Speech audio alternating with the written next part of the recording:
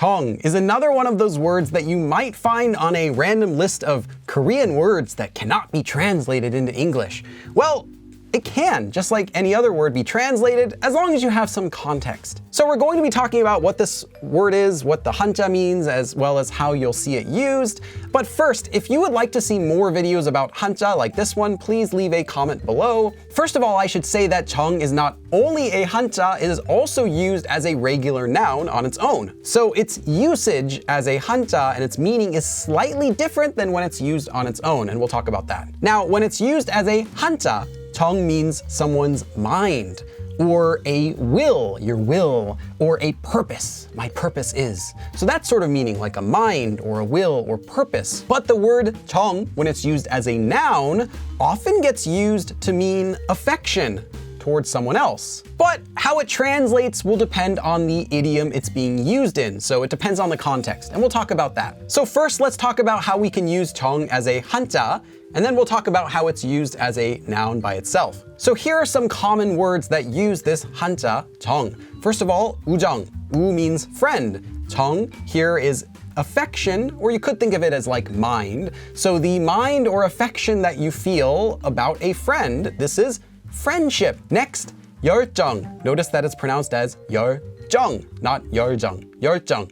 This is fever or heat. So it's feverish or hot affection, and this is the word for passion. So you can also translate this as maybe fervor. Next, 표정. 표 means outward, so outward facing. 정. Well, this is your facial expression. It's your affection or your mind or your will or your purpose, whatever that you show on the outside. So again, your facial expression. Next we have 감정. 감 means a feeling. 정 means your mind. So it's the way that your mind feels. That is your emotion, your emotions. 감정. And there's one more really common place you're gonna find this Hanja. In fact, it'll actually be written, you'll see it, is on the packaging for choco pie. Now, choco pie, it's basically, they're moon pies, but they're much better. And if you see a choco pie box or the little package, it'll have this Hanja on it. This is just something that all native Koreans know. So these are some examples of how it's used in Hanja.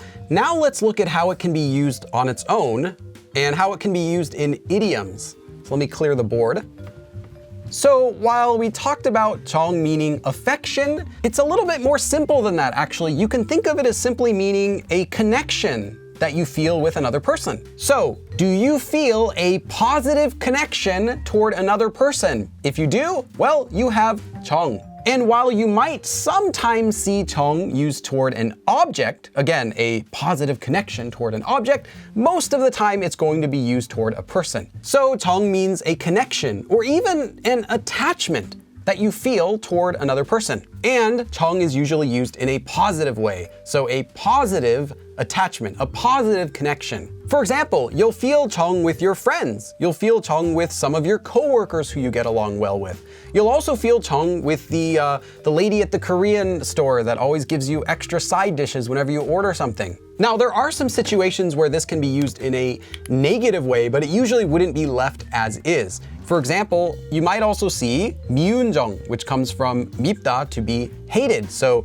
hateful 정. For example, maybe you are classmates with someone else and you always fight or argue every single day, but you know, you're still classmates and you still felt connection with that person. Like, I mean, I hated him, but we still had something together. And again, this typically wouldn't just be you had Chong with that person, you would say 미운정. So if you're using Chong by itself, it'll typically just have a positive connotation. So I think that connection is a good way to translate it, but you can see that there could be different ways that you might translate it more naturally depending on the situation. Just note that it always can be translated.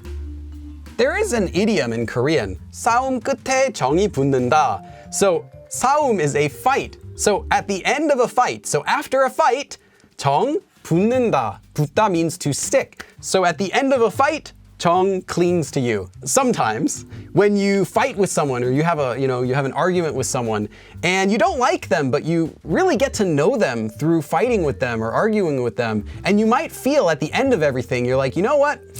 I think I've got something with this person. I think I really understand this person now. Even if you didn't like each other, now you kind of develop a an affection, positive connection with that person. Okay, now let's talk about two of the most common idioms that you'll see this used with. 정이 들다 or 정들다. This one means 정 들다, enters. So 정 enters into your relationship. So this means that you're just becoming closer with someone. So if you would say 정이 들었어요, it just means that you're now closer with them. You have more of a positive relationship or positive affection toward that person. You might think of this as meaning like 정 has entered the conversation. So it's just used whenever you feel closer with someone. And the next one is the opposite of that. 정이 떨어지다. 떨어지다 means to fall. So your 정 falls. And this would be that you feel less connected with someone. You feel less affection toward them. So your 정 is falling away or going away. Maybe you might just want to translate it as I don't feel so close with them anymore. All right, so these are the most common ways that you'll see 정. Any other ways that you've seen it used before, please let me know in the comments. I do check all of those. Thank you for watching, and I'll see you again next time. 그럼 다음에 또 봐.